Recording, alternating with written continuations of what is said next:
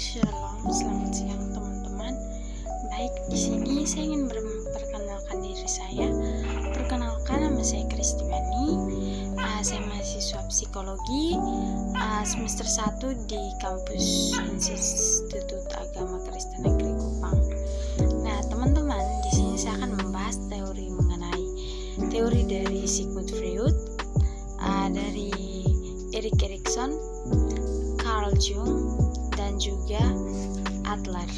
Nah, yang pertama kita akan masuk untuk pembahasan mengenai teori psikoanalisis yang dikemukakan oleh Sigmund Freud atau Bapak Psikoanalisa. Nah, teori psikoanalisis ini dia menjadi teori yang paling komprehensif atau teori yang paling menyeluruh dibanding dengan teori-teori lain. Namun walaupun dia paling menyeluruh, dia tetap mendapatkan tanggapan positif maupun negatif. Nah, untuk sistematik yang dipakai dalam mendeskripsikan psikologi analisis ini menjadi 3 pokok bahasa, yakni struktur kepribadian, dinamika kepribadian, dan perkembangan kepribadian. Menurut Freud, kehidupan manusia itu memiliki 3 jiwa atau 3 tingkat kesadaran, yakni sadar, prasadar, dan tas sadar. Setelah itu pada tahun 1923 Freud juga mengenalkan 3 model struktur, yakni id, ego, dan superego. Nah, itu menjadi sebuah elemen penting sebagai pendukung struktur kepribadian. Nah, kita akan masuk dalam pembahasan mengenai apa itu sadar. Nah, untuk 3 tingkat kesadaran dimulai dari sadar. Sadar itu meliputi hal-hal yang dicermati pada saat tertentu, dan itu cuma berlaku dalam waktu yang sangat singkat. Sedangkan untuk prasadar disebut dengan ingatan siap atau available memory, yakni itu menjadi tingkat kesadaran yang paling yang menjadi jembatan antara sadar dan tak sadar. Nah, yang berikut adalah tak sadar. Tak sadar ini menurut Sigmund Freud itu bagian yang paling dalam struktur kesadaran, di mana menurut Freud itu adalah bagian terpenting dari jiwa manusia. Secara khusus Freud membuktikan bahwa ketidaksadaran bukanlah abstraksi hipotetik atau hal yang belum dipastikan, melainkan sesuatu abstraksi empirik atau hal nyata yang sesuai dengan kenyataan. Yang berikut adalah id, id adalah kepribadian yang ada sejak lahir, di mana id ini dia hanya mampu membayangkan sesuatu tanpa bisa membedakan apakah itu hayalan atau kenyataan. Nah, dia juga tidak mampu menilai mana yang benar dan mana yang salah, sehingga dari id ini muncullah ego. Nah, ego dia berkembang dari id atau dia bekerja sesuai dengan realita. Ego mengikuti prinsip realita yang dikerjakan melalui proses sekunder, yakni dia itu berpikir realistik atau dia berpikir dengan cara mempertimbangkan. Seperti saat kita ingin mengambil sesuatu keputusan, maka kita harus mempertimbangkan apakah hal ini betul atau mungkin tidak. Nah, dalam menyusun rencana dan menguji apakah rencana itu dia menghasilkan sesuatu objek yang dimaksud atau tidak. Yang berikut itu superego, di mana adalah kekuatan moral etik dari kepribadian yang beroperasi memakai prinsip idealistik. Nah, Kita masuk dalam pandangan Freud tentang manusia. Freud berpendapat bahwa manusia itu sebagai sistem yang kompleks yang memakai energinya untuk berbagai tujuan seperti bernafas, bergerak, dan mengamati serta mengingat. Nah, kegiatan psikologi ini dia juga membutuhkan energi yang disebut dengan energi psikik. Nah, energi itu yang berasal dari yang ditransform dari energi fisik melalui id beserta insting-insting yang dikaitkan dengan ilmu fisika. Seperti ilmu fisika yang mengatakan bahwa energi tidak dapat hilang tetapi dapat pindah dan berubah bentuk. Kita masuk dalam insting. Apa itu insting? Insting itu perwujudan psikologik dan kebutuhan tubuh yang menuntut pemuasan. Sepertinya insting lapar berasal dari kebutuhan tubuh yang kurang nutrisi, di mana kita pada saat lapar pasti kita ada dorongan untuk ingin makan. Nah, energi insting ini dapat dijelaskan dari sumber, source, tujuan, arm, objek, dan daya dorong. Nah, sumber insting adalah kondisi jasmani atau kebutuhan, contoh kebutuhan nutrisi dalam tubuh, menunjukkan insting lapar yang menjadi tujuan. Insting juga bersifat regresif atau dia kembali ke asal. Nah, Freud mengajukan dua kategori umum, yakni ada insting hidup dan insting mati. Insting hidup atau life instinct disebut dengan eros. Itu adalah dorongan yang menjamin semua survival dan reproduksi seperti lapar, haus, dan seks.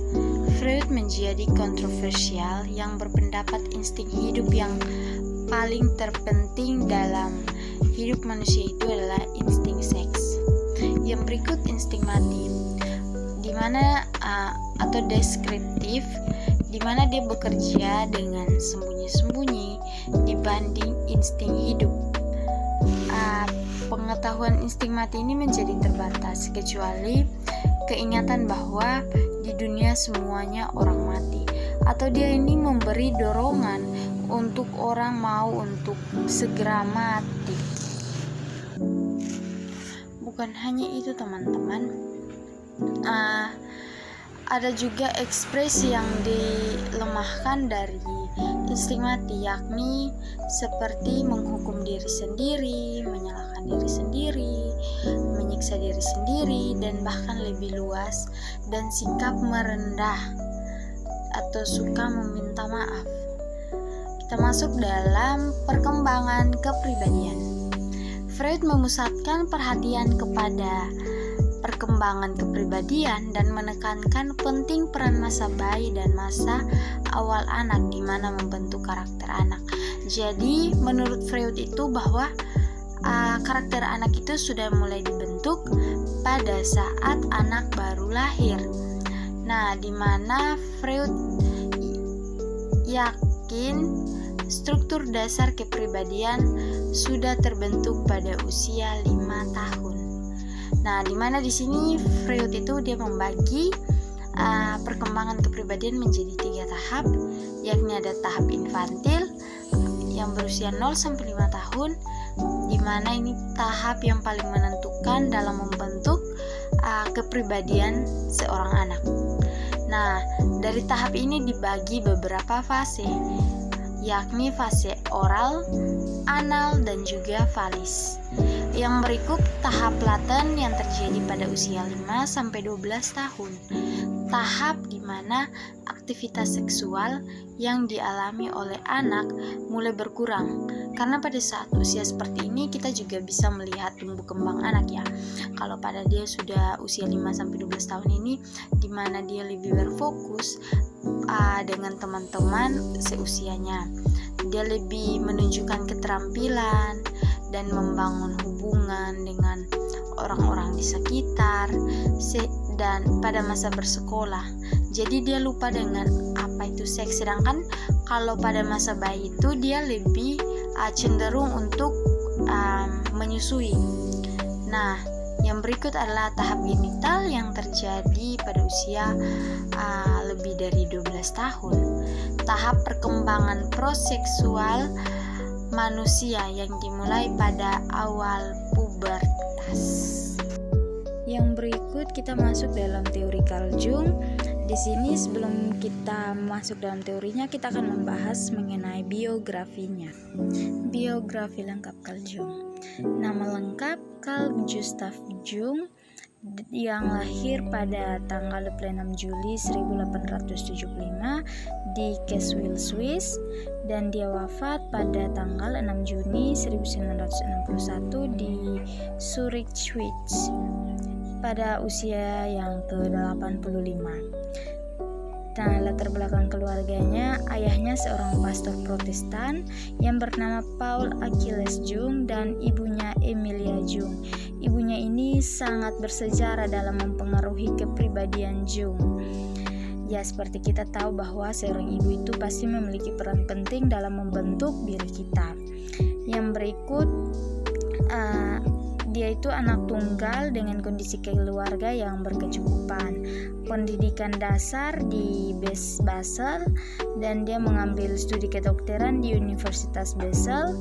Dia spesialis psikiater dan mengambil gelar kedokteran pada tahun 1900. Nah, dia ini memiliki pengaruh kuat dari filsafat dan antropologi.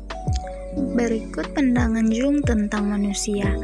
Jung mengemukakan bahwa kepribadian manusia itu dibentuk dari faktor bawaan dan lingkungan, dan kepribadian itu bukan hanya dipengaruhi oleh masa kecil saja atau masa dewasa, tetapi juga dipengaruhi oleh masa depan. Kita masuk dalam perkembangan kepribadian, di mana meliputi energi psikis, yakni berpikir, merasa, dan berkeinginan. Sistem kepribadian psike yang terdiri dari ego, ketidaksadaran pribadi, dan kolektif. Di sini yang dimaksud ego dari Jung ini adalah bagian dari kesadaran yang terkait dengan ingatan dan berpikir. Sedangkan ketidaksadaran pribadi, dia meliputi pengalaman-pengalaman pada suatu saat yang disadari tapi kemudian direpresi dan terlupakan. Yang berikut ketidaksadaran kolektif, tingkat kepribadian yang paling terakhir, dan Jung percaya setiap orang menyimpan banyak file yang mengakomodasi dalam pikiran dan mengandung kebijaksanaan dari zaman ke zaman. Kita masuk dalam perbedaan laki-laki dan perempuan dalam pandangan Jung. Jung membedakan laki-laki dan perempuan ini dengan kata anima dan animus, yang dimana manusia memiliki karakteristik feminim maupun maskulin. Sisi feminim yang dimiliki oleh pria yaitu memungkinkan untuk mampu memahami wanita, sedangkan sisi maskulin yang dimiliki oleh wanita adalah animus, yang memungkinkan wanita bisa memahami pria. Jadi mereka saling memahami satu sama lain. Dua sikap kepribadian manusia. Jung percaya bahwa energi dapat disalurkan dari luar maupun dalam. Nah, yang pertama itu, dua sikap itu salah satunya ekstraversi, di mana sikap yang mengarahkan seseorang kepada dunia luar dan objektif, sedangkan introversi adalah sikap yang mengarahkan seseorang kepada dunia internal dan subjektif. Jadi coba sekarang kita mulai merefleksikan diri kita. Kira-kira kita memiliki sikap ekstrovert atau introvert. Jung membagi 4 fungsi psikologi dasar, di mana meski setiap orang menggunakan 4 fungsi psikologis dengan tingkat yang berbeda-beda, tapi masing-masing menonjolkan salah satu. Yang pertama, tipe berpikir, menggunakan logika dalam menghadapi situasi-situasi dengan kepala dingin, objektif, dan rasional. Yang kedua, tipe perasa, di mana menekankan aspek-aspek dan nilai-nilai, kurang menekankan pemikiran. Yang ketiga, tipe pengecap, mampu mempersepsi segala sesuatu secara langsung melalui alat indera. Yang keempat, intuitif, mengetahui segenap kemungkinan dalam situasi bisa melangkah ke seberang fakta-fakta, perasaan dan gagasan serta mampu menangkap segenap esensi dari kenyataan. Tipe-tipe psike yang merupakan hasil dari fungsi tadi yakni extrovert thinking, introvert thinking, extrovert feeling, introvert feeling, extrovert sensing, introvert sensing, dan extrovert intuitive and introvert intuitive. Baik, teori yang ketiga kita membahas tentang teori dari Erik Erikson. Dan sebelum itu mari kita membahas tentang biografi singkatnya. Erik Erikson, dia dilahirkan pada tanggal 15 Juni 1902 di Dennis, berdekatan dengan kota Frankfurt di Jerman. Sejak Erik lahir, ia sudah tidak memiliki ayah kandung karena orang tuanya telah berpisah, sehingga ia ikut bersama ibunya. Kemudian ia dan ibunya pindah ke Karlsruhe, dan di sana kemudian ibunya menikah dengan Dr. Hamburger yang berkebangsaan Jerman, dan pada saat itu Erik baru berusia 3 tahun. Erik ini tidak mengetahui nama sisipannya itu yang Hamburger yang berasal dari ayah sambungnya itu. Erik ini tidak dapat menyelesaikan sekolahnya dengan baik karena dia tertarik pada dunia seni dan pengetahuan. Bahkan ia berpetualangan berpetualang sebagai artis dan ahli pikir di Eropa tahun 1920 sampai 1927. Awalnya ia seorang Yudaisme yang kemudian menganut Kristen Lutheran. Pada tahun 1927 sampai 33, Erik bergabung dengan lembaga pendidikan psikoanalisis Sigmund Freud. Tahun 1929, Erik kemudian menikah dengan gadis bernama Joan Serson yang berasal dari Kanada. Dan Erik ini dia sangat tertarik pada dunia anak dan pendidikan, sehingga ia melanjutkan studi non-formal dan akhirnya menjadi seorang profesor dan pengajar tetap di California. Dan ia wafat pada tahun 1994 di Amerika Serikat. Ringkasan konsep utama Erik Erikson. Yang pertama, identitas ego. Masing-masing tahap berhubungan dengan tahap yang lain. Erik, penulis utama tentang psikologi ego, mengonsepsikan identitas ego sebagai suatu polaritas dari apa seseorang itu menurut perasaan dirinya sendiri dan apa sekarang itu menurut anggapan orang lain. Seorang yang mencapai identitas ego memperoleh rasa memiliki. Juga jika masa lampau seseorang memiliki makna bagi masa depannya, maka akan terdapat kesinambungan perkembangan yang direfleksikan oleh tahap-tahap pertumbuhan. Erik Erikson tahun 1964 ini dia menggambarkan 8 tahap perkembangan yang masing-masing mengandung kebutuhan yang mendesak untuk dipenuhi. Dari krisis yang pertama, terdapat 3 tahap. Pertama, langsung pada bayi dan anak-anak. Yang pertama, berhubungan dengan fase oral adalah tumbuh mengembangkan rasa percaya pada diri dan dunia. Bayi akan mengembangkan rasa percaya apabila dia dicintai. Pada tahap ini, krisis yang muncul adalah percaya lawan tidak percaya, di mana dia menaruh rasa kepercayaan penuh kepada kedua orang tuanya. Jadi ketika apa yang dia inginkan tidak terpenuhi, maka bayi cenderung tidak percaya. Yang kedua, bersesuaian dengan fase anal adalah periode masa kanak-kanak awal. Oleh Erikson disebut tahap otonomi. Perjuangan intinya adalah otonomi lawan malu. Anak perlu belajar mandiri, menguasai lingkungan, dan memiliki rasa membadai.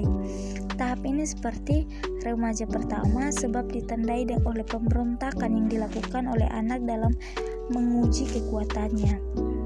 Penting bagi anak untuk mendapat dukungan, diizinkan bereksperimen, dan biarkan dia bergantung pada orang lain tapi dengan cara yang sehat.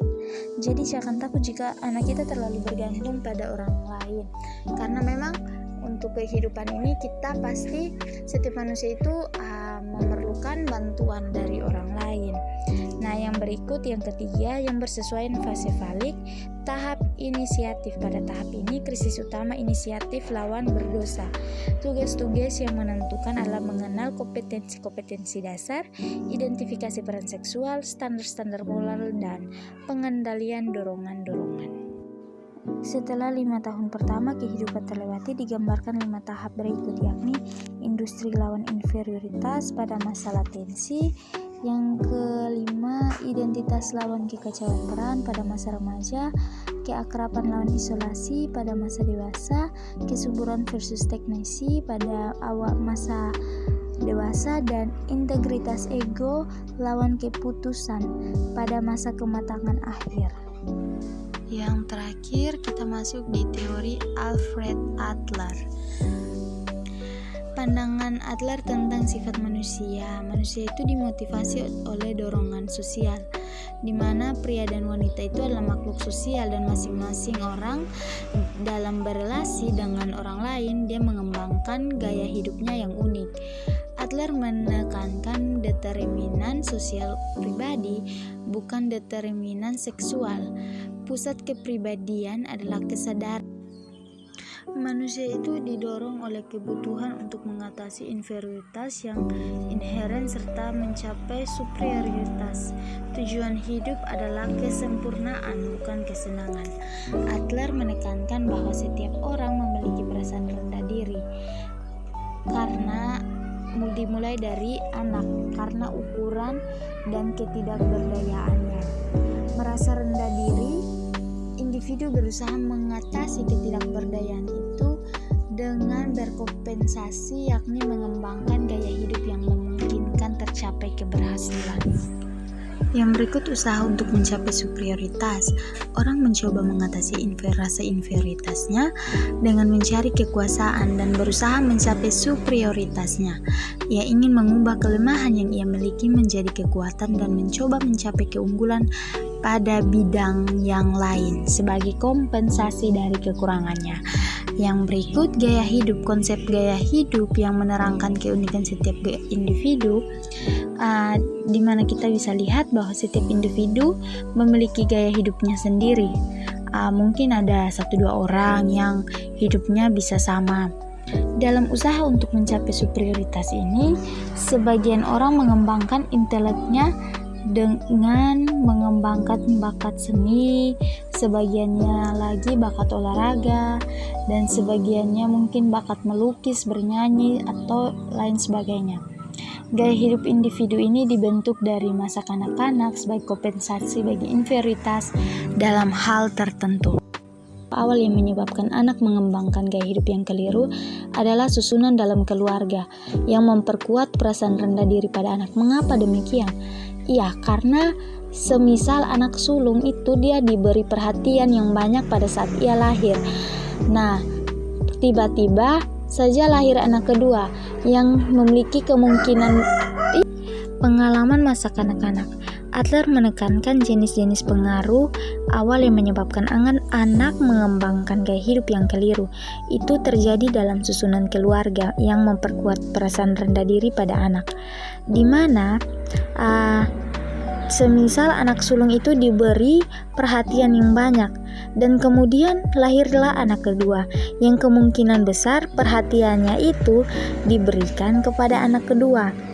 Nah, sehingga dia bisa mengembangkan kebencian kepada orang lain dan merasa diri tidak aman. Anak kedua ini memiliki kemungkinan berjalan di bawah bayangan kakaknya yang ingin digantikan. Kalau anak bungsu, dia cenderung menjadi manja dan takut bersaing dengan kakak-kakaknya. Sedangkan anak tunggal ini cenderung dimanja oleh kedua orang tuanya dan memiliki kemungkinan menghabiskan sisa hidupnya dengan usaha memperoleh kembali kedudukan yang menyenangkan. Yang berikut, tipe-tipe karakter. Orang rata-rata mengabaikan keinginan sendiri dan menerima keinginan kelompok. Yang kedua, orang neurotik tidak menyelaraskan diri dengan keinginan kelompok. kelompok, tetapi juga tidak merasa bebas untuk menyatakan keinginan sendiri. Orang kreatif menyusun ideal-ideal dan standar sendiri, menerima diri seutuhnya, dan membimbing tingkah laku dengan standar internal, mengungkapkan diri dengan karya yang sekreatif mungkin. Sekian presentasi dari saya, mohon maaf jika terdapat kekeliruan, dan saya mengambil materi ini dari buku Teori dan Praktek Konseling Psikoterapi dari Gerald Corey. Sekian dan terima kasih.